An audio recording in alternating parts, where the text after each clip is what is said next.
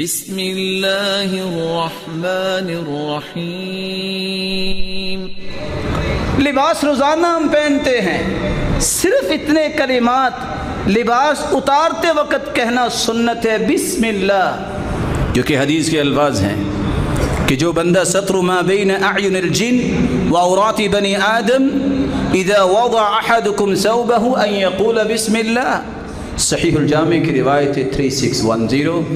جب بسم اللہ پڑھ لیں تو جن دیکھ نہیں سکتے آپ کو، اگر بسم اللہ نہیں پڑھتے تو وہ جو پردہ آپ کے اور جنوں کے درمیان حائل ہو جاتا ہے بسم اللہ پڑھنے سے، وہ پردہ ختم ہو جاتا ہے، اور جن جو ہے وہ شرارت بھی کر سکتے ہیں، اور بعض سنا ہوگا آپ نے کہ کسی عورت کو بھی جن چمٹ جاتا ہے اور مرد کو بھی ہو جاتا ہے۔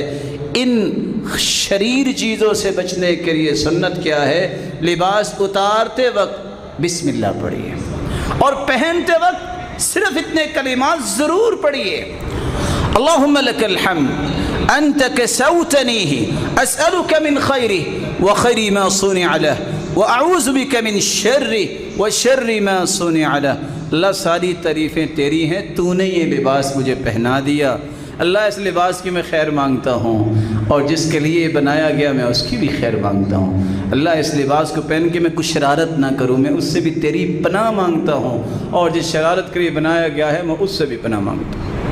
آپ صلی اللہ علیہ وسلم کا طریقہ یہ تھا کہ جب لباس پہنتے کان اذا لبس قمیصا بدأ بمیامنہ، پہلے دائیں طرف پہنتے پھر بائیں طرف پہنتے تھے، تو لباس کو اسی طرح پہننا چاہیے۔